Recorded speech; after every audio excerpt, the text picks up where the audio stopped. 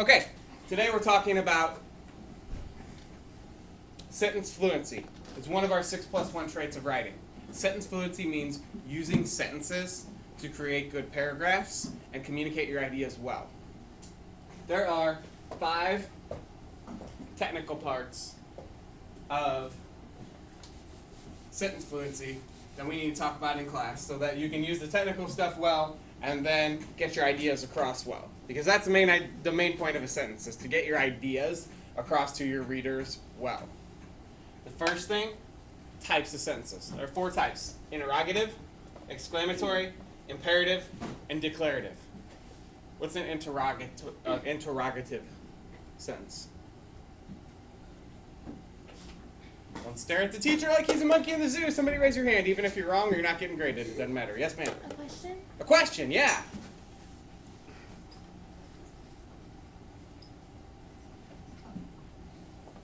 See, look how smart she's going to look on the internet because she was willing to volunteer. Millions of people will now see how smart she is. A question comes from the root word here of interrogate. Have you ever seen a police show and somebody's like handcuffed to a chair? With the mean look on their face, and the police officer walks in and looks down at them like this. Got a few questions for you, if you wouldn't mind answering them. And they're like, okay, where's my lawyer? That's an interrogation. Interrogative sentence means a question sentence. Exclamatory. Context clues are really good for this. Yes, ma'am? It exclaims something. There are 2 things that tell you what an exclamatory sentence is. The first is starts with a question word.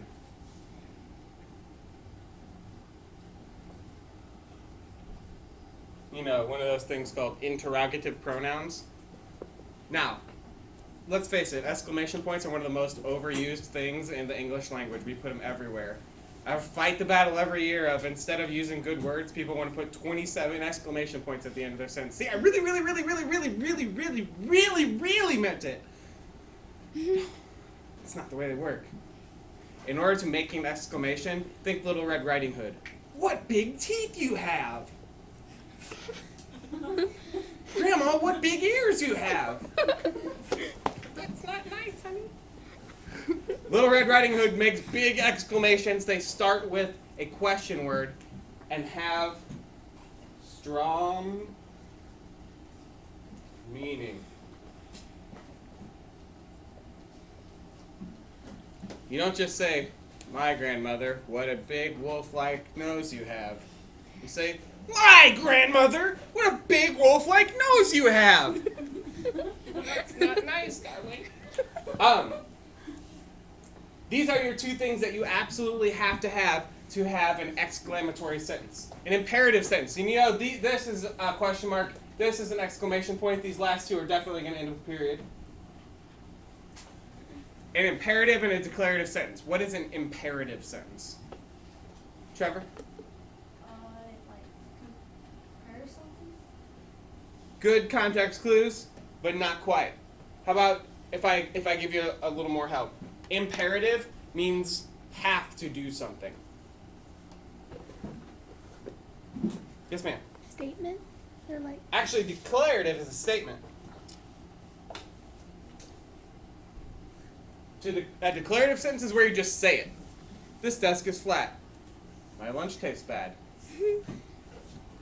His head is shiny. It's nice outside. It just says it. It's just a statement. Imperative does what? Yeah. Is it a command? It's a command. It's a you have to do this.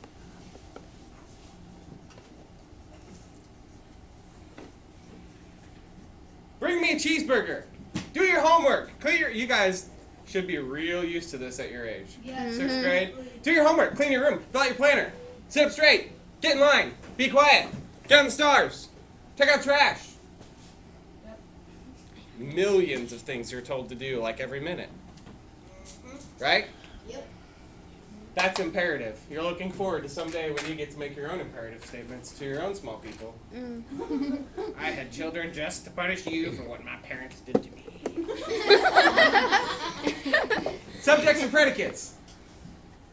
Subjects and predicates, students hate them.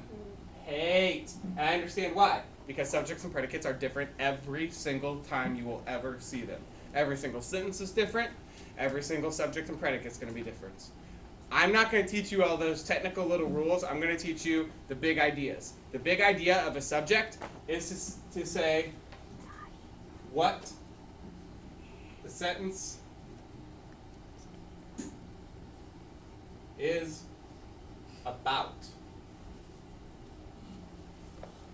If it's doing something weird, ignore it. If it's dying, we'll see if it lives. To say what the sentence is about. If the sentence is about a dog chewed the bone, the dog is the subject. The simple subject is the main noun in the sentence. The dog is the subject, dog is the simple subject. The predicate is the action. That's a verb. This is a noun or a pronoun, since pronouns substitute. Real quick, we're going to talk compounds. Compounds are super easy.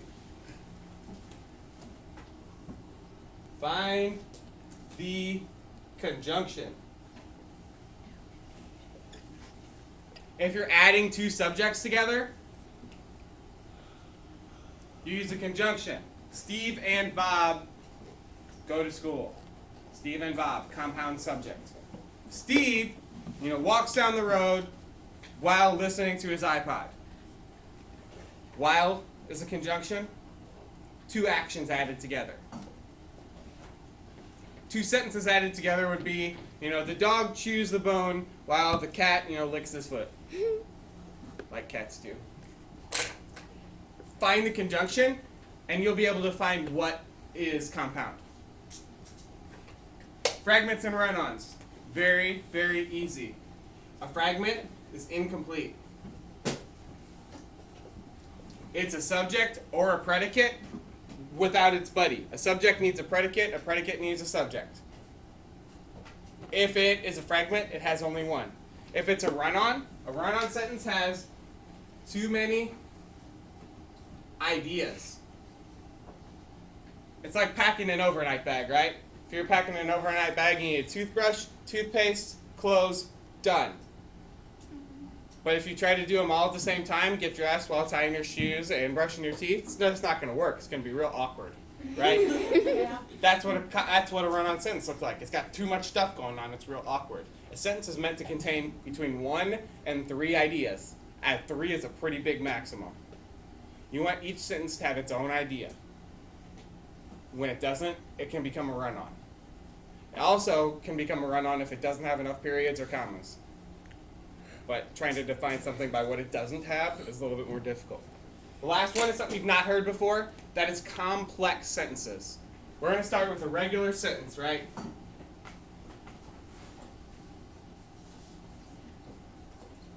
The dog ran.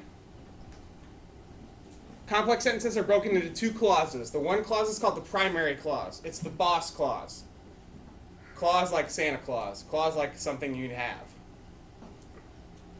A clause that's primary is the main part of the sentence. You can't have the sentence without it. The subordinate clause, a lot of times that's a prepositional phrase.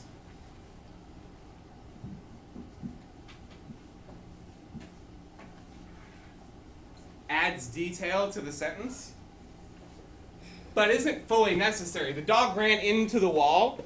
Into the wall helps the sentence, but you don't have to have it. Dog ran is the primary clause.